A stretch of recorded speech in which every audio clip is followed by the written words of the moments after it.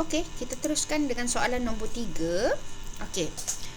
Soalan nombor 3 ni menarik sebab dia adalah satu eksperimen yang diterjemahkan dalam paper 2. Okey, dia jarang-jarang keluar, so kita tengok.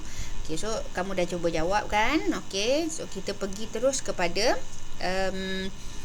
soalan ya. Okey, ini eksperimen ni adalah untuk study effect of light intensity on the rate of photosynthesis. So dia adalah eksperimen photosynthesis based on diagram 3.1.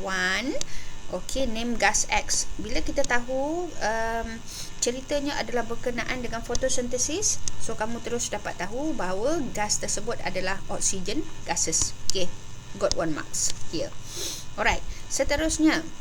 Okey, state the function of sodium hydrogen carbonate. Yang ini daripada menengah rendah lagi. So kita tahu kenapa sodium hydrogen carbonate used in this experiment. Okey, kenapa masukkan sodium hydrogen carbonate dalam ini? So to provide apa? To supply apa? Okey, to supply carbon dioxide.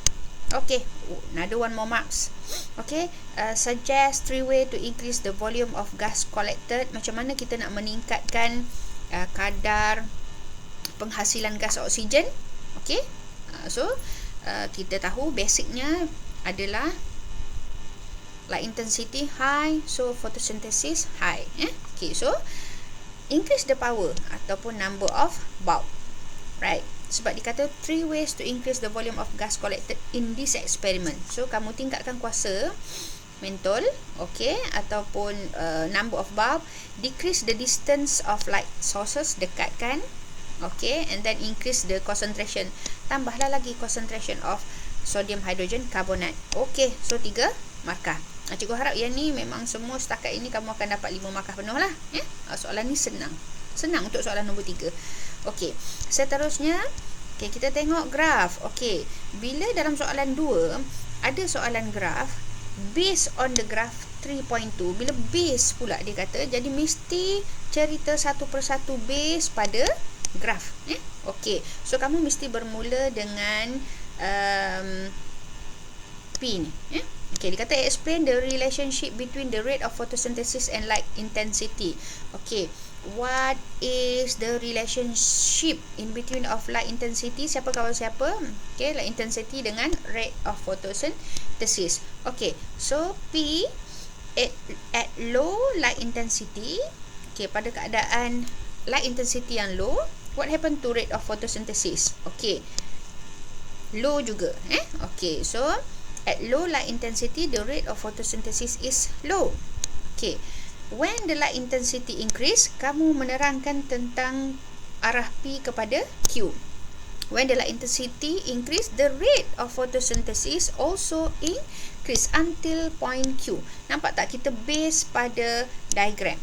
Okay, so after point Q pula, what happen after point Q when the light intensity increase?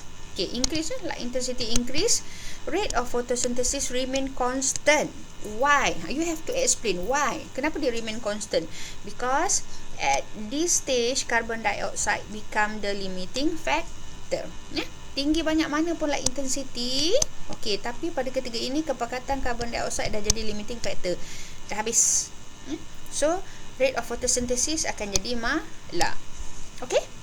Okay, juga harap kamu faham ni 3 markah. Okay, ada prediction pula menarik. What happened to the rate of photosynthesis if the surrounding temperature increase to 55?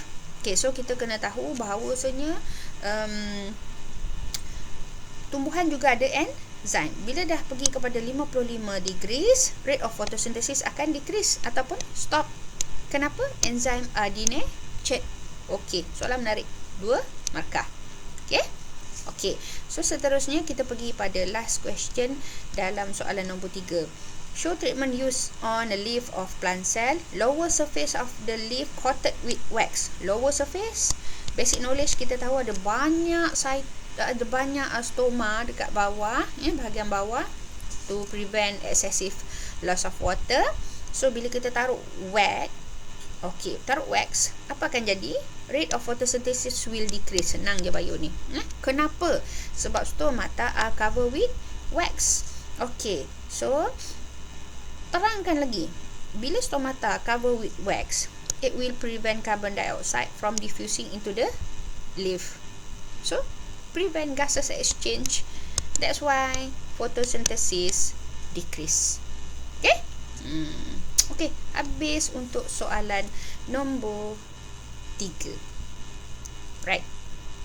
Okay.